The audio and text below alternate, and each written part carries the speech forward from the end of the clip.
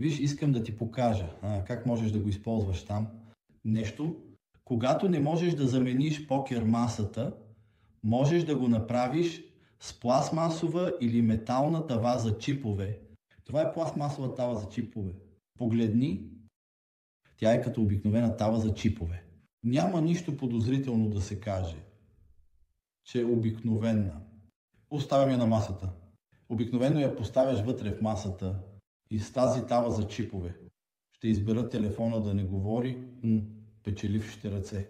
Сега, телефонът ще говори само на английски, защото съм настроил английски вътре.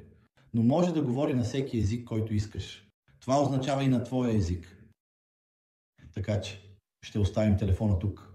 Ще вземем картата. Ще изберем с дистанционното управление.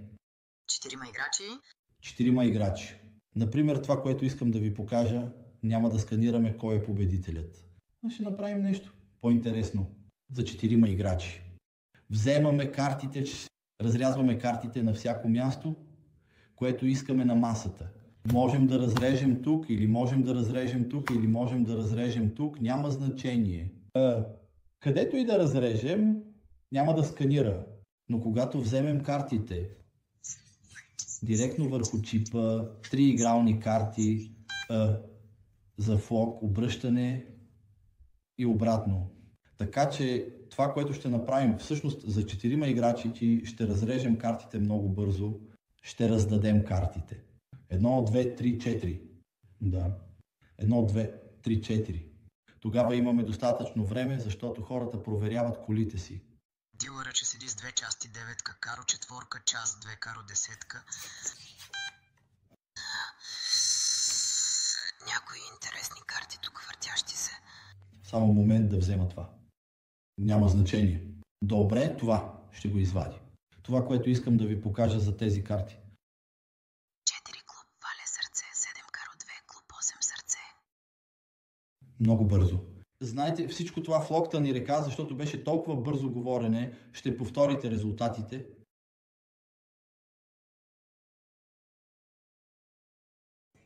Това означава, че може да настроим да говорим флопта на река всеки път, докато този играч не погледне своята карта. Да кажем, че вие сте този играч номер 2. Добре? Имате 8 и 3. Да. И можете да чуете дали можете да видите флопа да платите или не. Разбирате ли? Да видите също и езика в реката, защото ако знаете се стекоха по реката, знаете ли, за да спестят малко пари.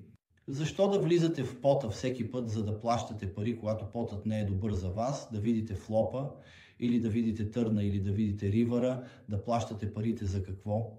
Затова това не може да ви помогне.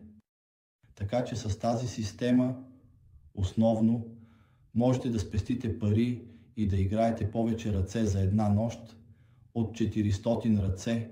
Можете да играете всички 400 ръце, защото много пъти, ако играете печеливши ръце, не можете да влезете за да залагате, защото имате H3. Дори ако сте победител, не можете да влезете за да залагате.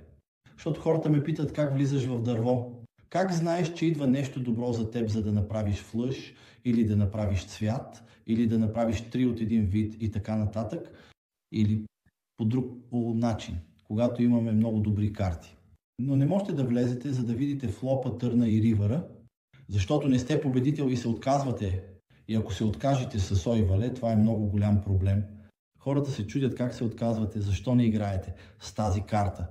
Така че тази система за четене във въздуха е много по-интересна от това да знаете печелившите ръце. Още веднъж с тия карти. Ако го държа отгоре. Да. 5, 10 клуба, асо, каро, 7 сърца, 5 диаманта. Колко бързо?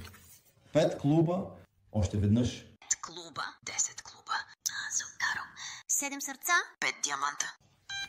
С тази система можете да играете по-естествено с тази пластмасова тава за чипове. Вижте, това е оригиналната пластмасова тава за чипове. Няма нищо подозрително.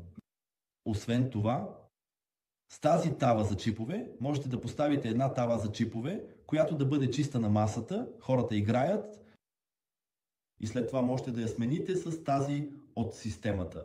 Това е 3-измерна тава за чипове.